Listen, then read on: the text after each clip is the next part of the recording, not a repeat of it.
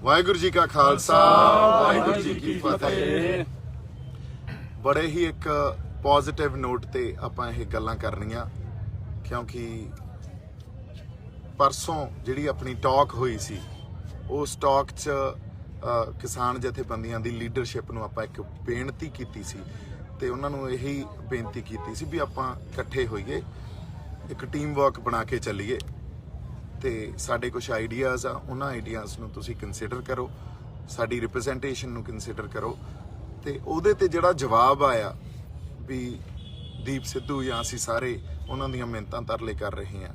सो ये बड़ी सुखावी गल या एक चंगी गल नहीं हुंदी। इस करके नहीं हुंदी असीं एक संघर्ष च बैठे हाँ, उस संघर्ष च जिस भावना चों ये गल असीं कही सी, जिस भावना चों ये गल कही सी, वो भावना सी लोक हित दी, संघर्ष दे हित दी या एक टीम वर्क दी ते एका बना के रखण दी।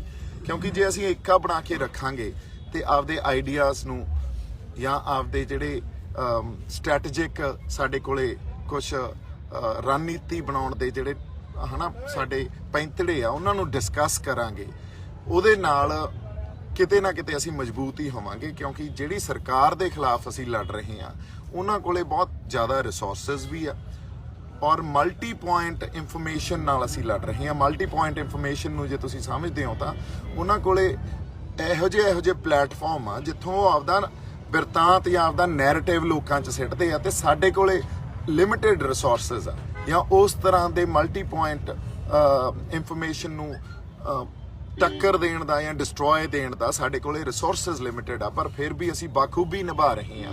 सो जो कि साडे संघर्षी बंदियां दी या आपां कह लईए ਜਿਹੜੀਆਂ रूहां ਜਿਹੜੀਆਂ जथेबंदियां इस संघर्ष च शमूलीयत कर रही उन्हां दी बहुत वड्डी ये देन आ या उन्हां दी एक बहुत वड्डा योगदान आ ये। पर आपां असल गल ते आउणे आ। असल गल ये आ भी परसों आपां ये गल कीती सी भी इस संघर्ष दा जिहड़ा मूल खासा पहला तो उन्होंने समझ लीए।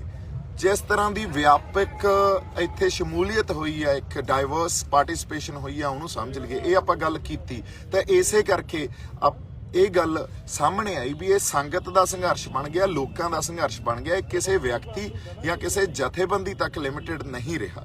सो इसे भावना चों ये गल आपां लैके आए भी असीं इकट्ठे होईए, एक टीम वर्क करके चल गए तो ये बेनती सहित थोनों असीं ये गल्लां दस रहे हैं।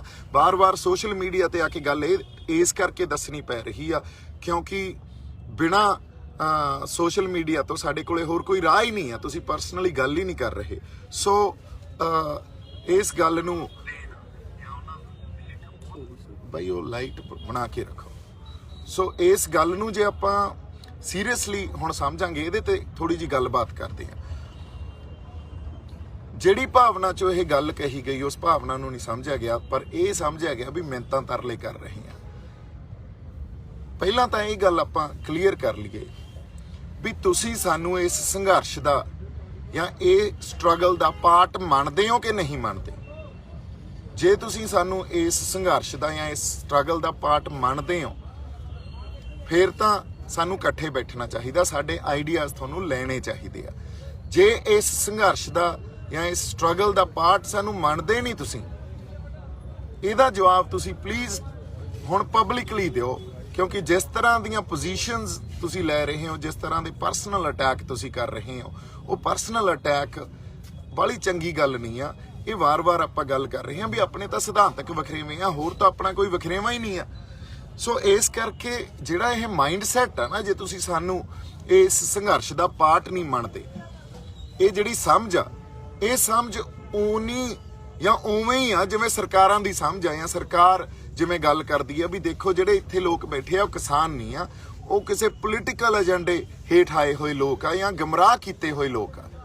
हुण जदों सरकार ते साडे च कोई फर्क ही नहीं रह जांदा, तुसीं सानू इस संघर्ष दा पार्ट ही नहीं मनदे ते सरकार सानू किसान नहीं मनदी, फिर तां गल आ जिहड़ी वो कोई बाली वधिया नहीं है। फिर तो सरकार वांगू असीं बिहेव करन लग गए। सो साडी फिर एक बार बेनती है भी सरकार दे वांगू या उस माइंड सैट दे नाल सोचना असीं बंद करिए। असीं एक कंस्ट्रक्टिव या पॉजिटिव माइंड सैट दे नाल सारे आपदे जिहड़े सोच आ उहनूं पैदा करिए।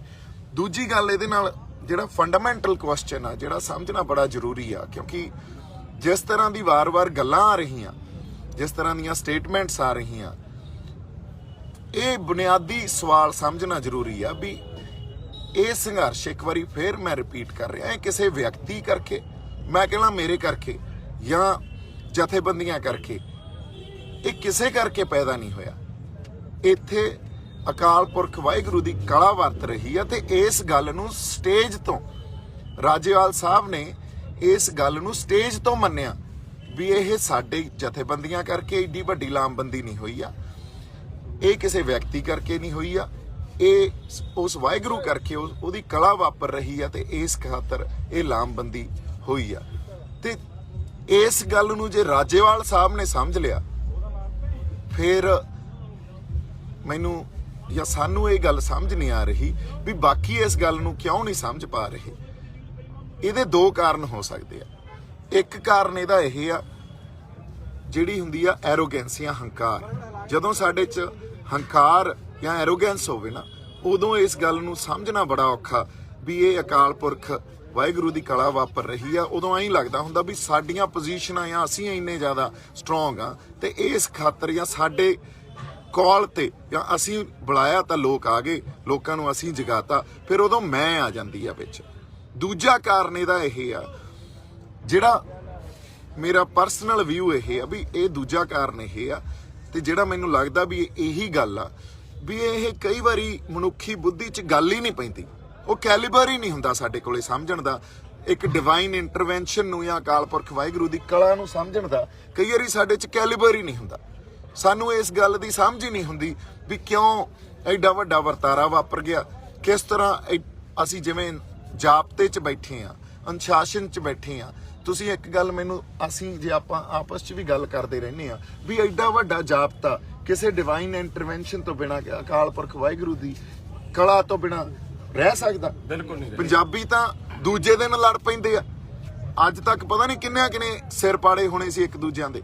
ਸੋ ਐਡਾ ਵੱਡਾ ਜਾਬਤਾ, ਐਡੀ ਵੱਡੀ ਜਿਹੜੀ ਲਾਮਬੰਦੀ, ਔਰ ਜਿਸ ਤਰ੍ਹਾਂ ਚੜ੍ਹਦੀ ਕਲਾ, ਜਿਸ ਤਰ੍ਹਾਂ ਜੋ ਜਜ਼ਬਾ ਦਿਖਾਇਆ ਜਾ ਰਿਹਾ, ਇਹ ਉਸ ਡਿਵਾਈਨ ਇੰਟਰਵੈਂਸ਼ਨ ਤੋਂ ਬਿਨਾਂ ਨਹੀਂ ਹੋ ਸਕਦਾ ਸੀ।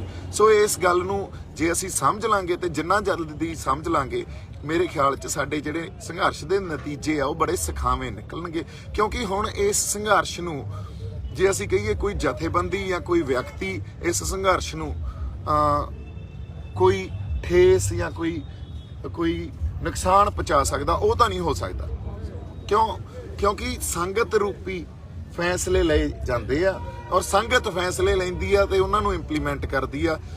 ਠੀਕ ਆ, ਅਸੀਂ ਇਹ ਮੰਨਦੇ ਆ ਵੀ ਕਿਸਾਨ ਜਥੇਬੰਦੀਆਂ ਅਗਵਾਈ ਕਰ ਰਹੀਆਂ, ਤੇ ਇਸੇ ਗੱਲ ਖਾਤਰ ਅਸੀਂ ਵੀ ਮੰਨਦੇ ਆ ਵੀ ਕਿਸਾਨ ਜਥੇਬੰਦੀਆਂ ਨੇ ਵੀ ਆਪਦਾ ਰੋਲ ਨਿਭਾਇਆ, ਉਹਨਾਂ ਕੋਲੇ ਤਜਰਬਾ ਵੀ ਆ, ਤੇ ਅਸੀਂ ਇਸ ਗੱਲ ਲਈ ਉਹਨਾਂ ਦਾ ਸਤਿਕਾਰ ਵੀ ਕਰਦੇ ਆ। ਪਰ ਕਈ ਵਾਰੀ ਪੁਰਾਣੇ ਤਜਰਬਿਆਂ ਤੋਂ ਵੀ ਗਾਂਹ ਦੀਆਂ ਗੱਲਾਂ ਹੋ ਜਾਂਦੀਆਂ। ਪੁਰਾਣੇ ਤਜਰਬਿਆਂ ਤੋਂ ਕਈ ਵਾਰੀ ਸਾਨੂੰ ਥੋੜਾ ਬਹੁਤ ਅੱਗੇ ਸੋਚਣਾ ਪੈਂਦਾ, ਹੱਲ ਪਏ ਹੁੰਦੇ ਆ। ਕਈ ਵਾਰੀ ਇੱਕ ਪਾਸੇ ਜਿਵੇਂ ਆਪਾਂ ਦੇਖਦੇ ਆ, ਦੂਜੇ ਪਾਸੇ ਹੱਲ ਪਿਆ ਹੁੰਦਾ। ਬਿਲਕੁਲ। ਸੋ ਸਾਨੂੰ ਆਪਦੇ ਆਪ ਨੂੰ ਜੇ ਅਸੀਂ ਪੂਰਾ ਪੋਜ਼ਿਟਿਵਿਟੀ ਨਾਲ ਜਾਂ ਪੋਜ਼ਿਟਿਵ ਢੰਗ ਨਾਲ ਜਾਂ ਖੋਲ ਕੇ ਆਪਦੇ ਦਿਮਾਗ ਨੂੰ ਰੱਖਾਂਗੇ ਤੇ ਐਕਸੈਪਟੇਬਿਲਿਟੀ ਜਿਹਨੂੰ ਕਹਿੰਦੇ ਆ, ਐਕਸੈਪਟੇਬਿਲਿਟੀ ਨੂੰ ਕੀ ਕਹਿੰਦੇ ਆ ਪੰਜਾਬੀ 'ਚ, ਵੀ ਤੁਸੀਂ ਪ੍ਰਵਾਨ ਕਰੋਗੇ ਇਹਨਾਂ ਗੱਲਾਂ ਨੂੰ ਜਾਂ ਸਮਝੋਗੇ ਇਹਨਾਂ ਗੱਲਾਂ ਨੂੰ, ਤਾਂ ਮੇਰੇ ਖਿਆਲ 'ਚ ਸਾਨੂੰ ਹੱਲ ਮਿਲ ਜਾਣਗੇ। ਹੱਲ ਹੈਗੇ ਆ। ਅਸੀਂ ਆਪਸ 'ਚ ਰੋਜ਼ ਇਹੀ ਡਿਸਕਸ਼ਨ ਕਰਦੇ ਰਹਿੰਦੇ ਆ, ਸੰਗਤ 'ਚ ਜਾ ਕੇ ਇਹ ਡਿਸਕਸ਼ਨ ਕਰਦੇ ਰਹਿੰਦੇ ਆ। ਸੰਗਤ ਨੇ ਬੜੇ ਸੋਹਣੇ ਸਾਨੂੰ ਹੱਲ ਸੁਝਾਏ ਆ। ਇਨਫੈਕਟ ਲੋਕਾਂ ਨੇ ਹੱਲ ਸੁਝਾਏ, ਲੋਕਾਂ ਨੇ ਦੱਸਿਆ ਵੀ ਆਹ ਗੱਲਾਂ ਕਿਉਂ ਨਹੀਂ ਹੋ ਰਹੀਆਂ। 3 4 5 ਉਹਨਾਂ ਨੇ ਵੱਖਰੇ ਸਾਨੂੰ ਆਪਸ਼ਨਸ ਦਿੱਤੇ, ਇਹ ਲੋਕਾਂ 'ਚੋਂ ਮਿਲੇ ਆ। ਅਸੀਂ ਕੋਈ ਬਾਹਲੇ ਇੰਟੈਲੀਜੈਂਟ ਨਹੀਂ ਆ, ਅਸੀਂ ਕੋਈ ਵੱਖਰੇ ਨਹੀਂ ਪੈਦਾ ਹੋਏ, ਹਨਾ। ਜਦੋਂ ਸਾਡਾ ਲੋਕਾਂ ਨਾਲ ਕਨੈਕਟ ਹੋਊਗਾ, ਲੋਕ ਬਹੁਤ ਸੋਹਣੇ ਸੁਝਾਅ ਦੇ ਦੇਣਗੇ। ਤੇ ਜਦੋਂ ਡਾਇਸਪੋਰਾ ਜਾਂ ਜਿਹੜੇ ਸਾਡੇ ਬਾਹਰ ਬੰਦੇ ਬੈਠੇ ਆ, ਉੱਥੇ ਜਿਹੜੀ ਸੰਗਤ ਬੈਠੀ ਆ, ਉਹਨਾਂ ਦਾ ਧਿਆਨ ਜਾਂ ਉਹਨਾਂ ਦਾ ਇਸ ਟਾਈਮ, ਚਾਹੇ ਉਹ ਹੈ ਨਹੀਂ ਇਸ ਸੰਘਰਸ਼ 'ਚ, ਪਰ ਉਹ ਹੈ ਇਸ ਸੰਘਰਸ਼ 'ਚ ਹੀ, ਇਹ ਤਾਂ ਸਾਨੂੰ ਮੰਨਣਾ ਪਊ। ਹੁਣ ਉਹਨਾਂ ਨੇ ਬੜੇ ਸੋਹਣੇ ਸੁਝਾਅ ਭੇਜੇ ਆ। ਸੋ ਜੇ ਅਸੀਂ ਕਿਉਂਕਿ ਉਹ ਵੱਖਰੇ ਸਿਸਟਮ 'ਚ ਰਹਿ ਰਹੇ ਆ, ਉਹ ਉਸ ਵੈਸਟ ਦੀ ਦੁਨੀਆ 'ਚ ਰਹਿ ਰਹੇ ਆ, ਜਿੱਥੇ ਉਹਨਾਂ ਨੇ ਬੜੇ ਤਰ੍ਹਾਂ ਦੇ ਤਜਰਬੇ ਵੀ ਦੇਖੇ ਆ, ਬੜੇ ਤਰ੍ਹਾਂ ਦੇ ਲਾਅ ਵੀ ਉੱਥੇ ਆਲਰੇਡੀ ਇੰਪਲੀਮੈਂਟ ਆ, ਤੇ ਉਹਦੇ ਕਨਸੀਕੁਐਂਸ ਜਾਂ ਉਹਦੇ ਕਨਸੀਕੁਐਂਸਸ ਨੂੰ ਕੀ ਕਹਿੰਦੇ ਆ, ਕਨਸੀਕੁਐਂਸਸ ਕੀ ਹੁੰਦੇ ਆ ਵੀ ਰਿਜ਼ਲਟਸ, ਹਨਾ, ਵੀ ਉਹ ਵੀ ਉਹਨਾਂ ਨੇ ਦੇਖੇ ਆ। ਤਾਂ ਇਸ ਕਰਕੇ ਸਾਨੂੰ ਵੀ ਸੁਝਾਅ ਲੋਕਾਂ ਚੋਂ ਹੀ, ਸੰਗਤ ਚੋਂ ਹੀ ਮਿਲੇ ਆ, ਆਪਾਂ ਉਹਨਾਂ ਨੂੰ ਵਿਚਾਰੀਏ, ਟੀਮ ਵਰਕ ਬਣਾ ਕੇ ਚੱਲੀਏ।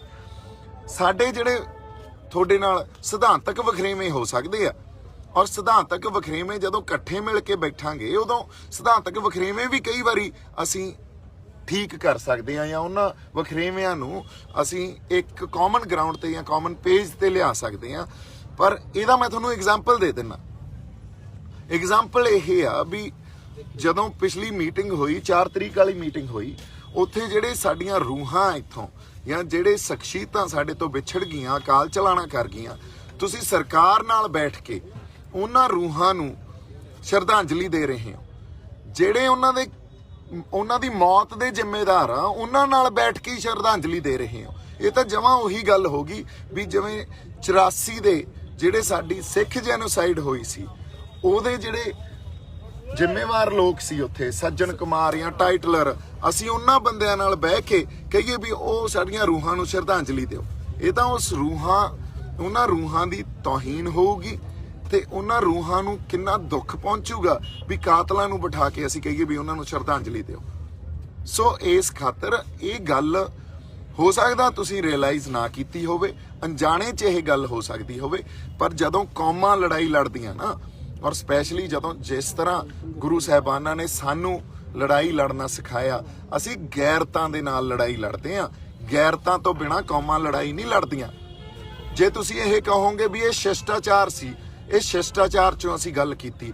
ਸ਼ਿਸ਼ਟਾਚਾਰ ਤਾਂ ਜਾਤੀ ਹੋ ਸਕਦਾ, ਪਰ ਜਦੋਂ ਸੰਘਰਸ਼ 'ਚ ਬੈਠੇ ਆ ਨਾ, ਉਦੋਂ ਸ਼ਿਸ਼ਟਾਚਾਰ ਵੀ ਇਸ ਸੰਘਰਸ਼ ਦੀ ਰੌਸ਼ਨੀ 'ਚ ਹੀ ਦੇਖਿਆ ਜਾਣਾ ਚਾਹੀਦਾ। ਸ਼ਿਸ਼ਟਾਚਾਰ ਇਸ ਸੰਘਰਸ਼ ਦੀ ਰੌਸ਼ਨੀ ਤੋਂ ਬਿਨਾਂ ਨਹੀਂ ਕਦੇ ਸਿਰਜਿਆ ਜਾਂਦਾ।